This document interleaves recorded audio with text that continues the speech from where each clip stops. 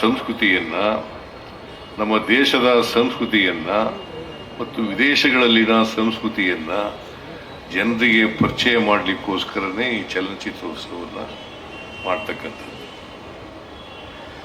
So ಹಾಗಾಗಿ ಸಿನಿಮಾದ ಮೂಲಕ ಇದು ಒಂದು ಪ್ರಭಾವಿ ಮಾಧ್ಯಮ. ಈ ಮಾಧ್ಯಮದ ಮೂಲಕ ನಾವು ಚಲನಚಿತ್ರವನ್ನು ಏನಂತೀವಿ ಅಂತಂದರೆ ಸಮಾಜದ ಬದುಕಿನ ಪ್ರತಿಬಿಂಬ ಅಂತ ಕರಿತೀವಿ. ಅಷ್ಟಕ್ಕೆ ಸೀಮಿತ ಅಲ್ಲ ಇದು. ನಮ್ಮ ಸಮಸ್ಯೆಗಳೇನಿದ್ದಾವೆ, ಸಮಾಜ ಎದುರಿಸ್ತಾ ಇರ್ತಕ್ಕಂಥ ಸಮಸ್ಯೆ, ಜನರು ಎದುರಿಸ್ತಾ ಇರ್ತಕ್ಕಂಥ ಸಮಸ್ಯೆ, ಈ ಸಮಸ್ಯೆಗಳ ಆಳ ಮತ್ತು ಮೂಲವನ್ನು ಜನರಿಗೆ ತಿಳಿಸ್ತಕ್ಕಂಥ ಕೆಲಸವನ್ನು ಮಾಡಬೇಕು. ಇವತ್ತು ಮನುಷ್ಯರಲ್ಲಿ ಅಸಂತೋಷ, ಅಸಮಾಧಾನ ಇದೆ ಅಂತಕ್ಕಂಥದ್ದನ್ನು ನಾವು ನೋಡಲಿಕ್ಕೆ ಸಾಧ್ಯ. ಕಾರಣ ಯಾಕಪ್ಪ ಅಂತಂದ್ರೆ ನಮ್ಮಲ್ಲಿ ಅಸಹನೆ ಜಾಸ್ತಿ ಬೆಳೀಲಿಕ್ಕೆ ಪ್ರಾರಂಭ ಆಗಿದೆ, ವೈಷಮ್ಯ ಜಾಸ್ತಿ ಆಗಿದೆ, ಪ್ರೀತಿ ಕಡಿಮೆ ಆಗ್ತಾ ಇದೆ, ಅಭಿಮಾನ ಕಡಿಮೆ ಆಗ್ತಾ ಇದೆ. ಈ ಕಾರಣದಿಂದ ಸಮಾಜದಲ್ಲಿ ಒಂದು ರೀತಿಯ ಅಸಂತೋಷವನ್ನು ನಾವು ನೋಡಲಿಕ್ಕೆ ಸಾಧ್ಯ ಆಗ್ತದೆ. ಈ ಅಸಂತೋಷ ಯಾಕೆ ಬಂದಿದೆ? ನಮ್ಮ ದೇಶದಲ್ಲಿ ಸಂಪತ್ತು ಎಲ್ಲ ಜನರ ಕೈಗೆ ಸಮಾನವಾಗಿ ಹಂಚಿಕೆ ಆಗಿಲ್ಲ. ಇವತ್ತು ಏನಾಗಿದೆ ದೇಶದಲ್ಲಿ, ಒಂದು ಲೆಕ್ಕಾಚಾರದ ಪ್ರಕಾರ, ನಮಗಿರೋ ಇನ್ಫಾರ್ಮೇಶನ್ ಪ್ರಕಾರ 1% ಜನರಲ್ಲಿ 50% ಸಂಪತ್ತು ಕೇಂದ್ರೀಕೃತ ಆಗಿದೆ. ಇಂಥ ಪರಿಸ್ಥಿತಿ ಇರುವಾಗ ಸಮಾಜದಲ್ಲಿ ಅಸಂತೋಷ, ಅಸಮಾಧಾನ, ಅಸಹನೆ, ದ್ವೇಷ, ಅಸೂಯೆ, ಹಿಂಸೆ ಇಂಥ ವಿಚಾರಗಳು ಸ್ವಾಭಾವಿಕವಾಗಿ ತಲೆ ಎತ್ತಲಿಕ್ಕೆ ಸಾಧ್ಯ. ಇವನ್ನೆಲ್ಲ ಕಡಿಮೆ ಮಾಡಬೇಕಲ್ಲ. ಅದಕ್ಕೋಸ್ಕರ ನಾವು ಈ ಥೀಮ್ ಇಟ್ಟಿರ್ತಕ್ಕಂಥದ್ದು ಸರ್ವ ಜನಾಂಗದ ಶಾಂತಿಯ ತೋಟ. ಅಂಥ ವಾತಾವರಣವನ್ನು ಸಮಾಜದಲ್ಲಿ ನಿರ್ಮಾಣ ಮಾಡಬೇಕಾಗಿರ್ತಕ್ಕಂಥದ್ದು ನಮ್ಮ ಸಿನಿಮಾ ಮಾಧ್ಯಮ ಅಂತಕ್ಕಂಥದ್ದನ್ನು ಮರೀಲಿಕ್ಕೆ ಸಾಧ್ಯ ಇಲ್ಲ. ಈಗ ನಾವು ಇವತ್ತಿಗೂ ಯಾಕೆ ರಾಜ್ಕುಮಾರ್ ಅವರ ಚಿತ್ರಗಳನ್ನು ಮೆಚ್ತೇವೆ ಅಂತಂದರೆ, ಆ ರಾಜ್ಕುಮಾರ್ಗಳ ಚಿತ್ರದ ಮೂಲಕ ಒಂದು ಸಮಾಜಕ್ಕೆ ಸೂಚನೆ ಹೋಗ್ತಿತ್ತು, ಈಗ ಇರಬೇಕಪ್ಪ ಸಮಾಜ ಅಂತಂದರೆ ಈ ಥರ ಇರಬೇಕು.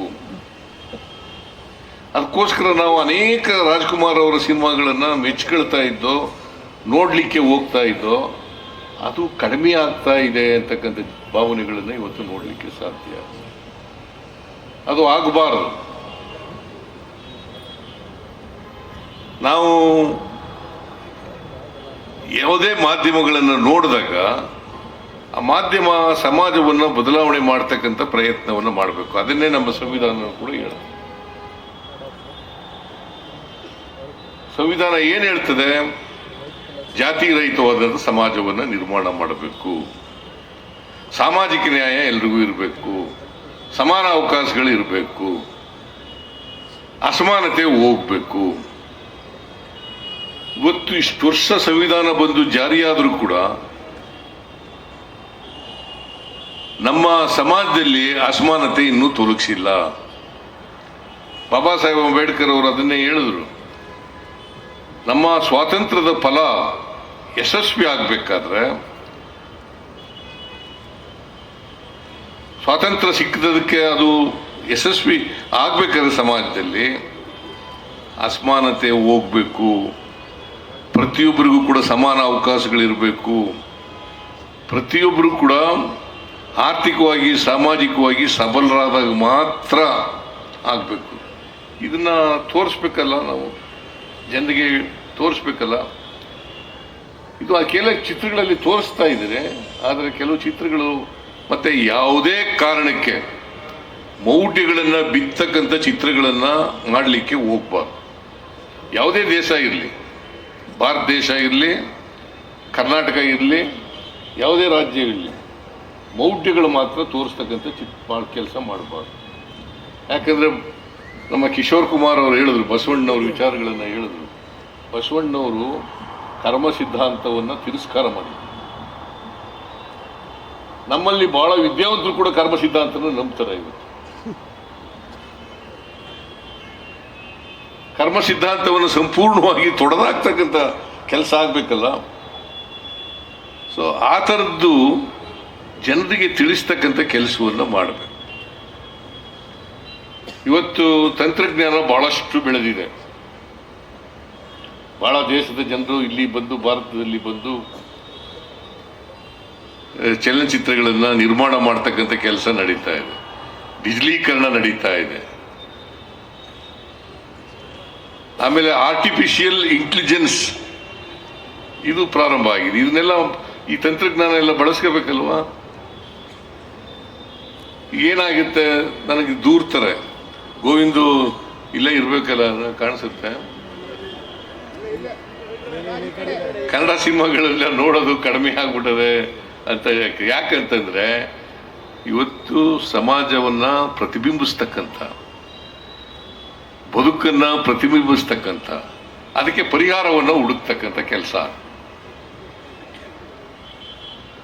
ಇದಾದಾಗ ಮಾತ್ರ ಚಲನಚಿತ್ರಗಳು ಬೆಳೀಲಿಕ್ಕೆ, ಭದ್ರವಾಗಿ ಕಾಲೂರಲಿಕ್ಕೆ, ಅಭಿವೃದ್ಧಿ ಆಗಲಿಕ್ಕೆ, ಮುಂದಿನ ದಿನಗಳಲ್ಲಿ ಕೂಡ ಭವಿಷ್ಯವನ್ನು ಕಾಣಲಿಕ್ಕೆ ಸಾಧ್ಯ. ಆ ಕೆಲಸವನ್ನು ಮಾಡಬೇಕು ಅಂತೇಳಿ ಭಾಳ ಜನ ಇಲ್ಲಿ ಸಿನಿಮಾ ನಿರ್ದೇಶಕರು, ನಿರ್ಮಾಪಕರು, ನಟರು, ಚಿತ್ರ ಡಿಸ್ಟ್ರಿಬ್ಯೂಟರ್ಸು ಅವರೆಲ್ಲ ಇದ್ದೀರಿ. ನೀವು ಯೋಚನೆ ಮಾಡಿ, ಅದನ್ನು ಯೋಚನೆ ಮಾಡಬೇಕು ಅಂತೇಳಿ. ಅದಕ್ಕೆ ಕರ್ನಾಟಕದಲ್ಲಿ ಎಲ್ಲವೂ ಇದೆ. ಬೆಂಗಳೂರು ಒಂದು ಜಗತ್ತು, ಕರ್ನಾಟಕ ಒಂದು ಜಗತ್ತಿದ್ದಾಗಿ. ಎಲ್ಲ ಸೌಕರ್ಯಗಳು ಇದ್ದಾವೆ, ಎಲ್ಲ ಸೌಲಭ್ಯಗಳು ಇದ್ದಾವೆ, ಅಂಥ ವಾತಾವರಣವೂ ಇದೆ, ಎಲ್ಲ ಸಿಗ್ತದೆ ಇಲ್ಲಿ.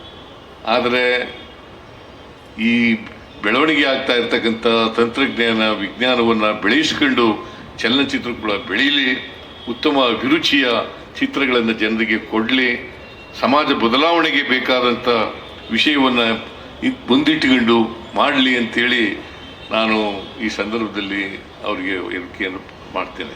ಅದಕ್ಕೆ ಮೈಸೂರು ನಗರದ ಹತ್ರ ಒಂದು 12 ಕಿಲೋಮೀಟರ್ ದೂರದಲ್ಲಿ ಫಿಲ್ಮ್ ಸಿಟಿ ಮಾಡ್ತಾ ಇದ್ದೆ. ನಾನು ಹಿಂದೆನೇ ಮುಖ್ಯಮಂತ್ರಿ ಆಗಿರುವಾಗ ಘೋಷಣೆ ಮಾಡಿದ್ದೆ ಕೊಡಬೇಕು ಅಂತ. ಆಮೇಲೆ ಕುಮಾರಸ್ವಾಮಿ ಮುಖ್ಯಮಂತ್ರಿ ಆದಮೇಲೆ ಇಲ್ಲ ರಾಮನಗರಕ್ಕೆ ತಗೊಂಡು ಹೋಗೋಣ ಅಂತ, ಅದು ಏನೋ ಅಲ್ಲಿಗೆ ಕೈ ಬಿಟ್ಬಿಟ್ರು. ಈಗ ಮತ್ತೆ ನಾನು ಬಂದ ಮೇಲೆ, ಮುಖ್ಯಮಂತ್ರಿ ಆದಮೇಲೆ 150 ಎಕರೆ ಜಮೀನನ್ನು KIDBಯಿಂದ ವಾರ್ತಾ ಇಲಾಖೆಗೆ ವರ್ಗಾವಣೆ ಮಾಡಿದ್ದೇವೆ. ಏನಿದೆಯಪ್ಪ, ಅದನ್ನ PPP ಮಾಡೆಲಲ್ಲಿ ಮಾಡಬೇಕು ಅಂತ ಮಾಡಿದ್ದೀವಿ. ಯಾಕಂದರೆ ಎಲ್ಲ ಸೌಕರ್ಯಗಳು ಕೂಡ, ಸೌಲಭ್ಯಗಳು ಕೂಡ ಸಿನಿಮಾ ತಯಾರು ಮಾಡಲಿಕ್ಕೆ ಏನೇನು ಬೇಕು, ವರ್ಲ್ಡ್ ಕ್ಲಾಸ್ ಫಿಲ್ಮ್ ಸಿಟಿಯನ್ನು ಮೈಸೂರಿನಲ್ಲಿ ಮಾಡ್ತಕ್ಕಂಥ ಕೆಲಸವನ್ನು ಮಾಡ್ತೇವೆ ಅಂತಕ್ಕಂಥ ಮಾತುಗಳನ್ನು ಹೇಳಲಿಕ್ಕಿದೆ. ಕರ್ನಾಟಕ ಸರ್ಕಾರ ಯಾವಾಗಲೂ ಕೂಡ ನಿಮ್ಮ ಜೊತೆ ಇರ್ತದೆ, ಒತ್ತಾಸೆಯಾಗಿರ್ತದೆ, ಎಲ್ಲ ರೀತಿಯ ಬೆಂಬಲವನ್ನು, ಸಹಕಾರವನ್ನು ಕೊಡ್ತೇವೆ. ನೀವು ಜನಕ್ಕೆ ಬೇಕಾದಂಥ, ಸಮಾಜಕ್ಕೆ ಬೇಕಾದಂಥ, ಬದುಕಿಗೆ ಸಂಬಂಧಪಟ್ಟಂಥ ಚಿತ್ರಗಳನ್ನು ಮಾಡಿ ಅಂತಕ್ಕಂಥ ಮಾತುಗಳನ್ನು ಹೇಳಿ ನಿಮಗೆಲ್ಲ ಶುಭ ಕೋರಿ ಈ 16ನೇ ಚಲನಚಿತ್ರೋತ್ಸವವನ್ನು ಅತ್ಯಂತ ಸಂತೋಷದಿಂದ ಉದ್ಘಾಟನೆ ಮಾಡಿದ್ದೇನೆ ಅಂತೇಳಿ ಮತ್ತೊಮ್ಮೆ ಹೇಳಿ ನನ್ನ ಮಾತುಗಳನ್ನು ಮುಗಿಸ್ತೇನೆ. ನಿಮ್ಮೆಲ್ಲರಿಗೂ ನಮಸ್ಕಾರ.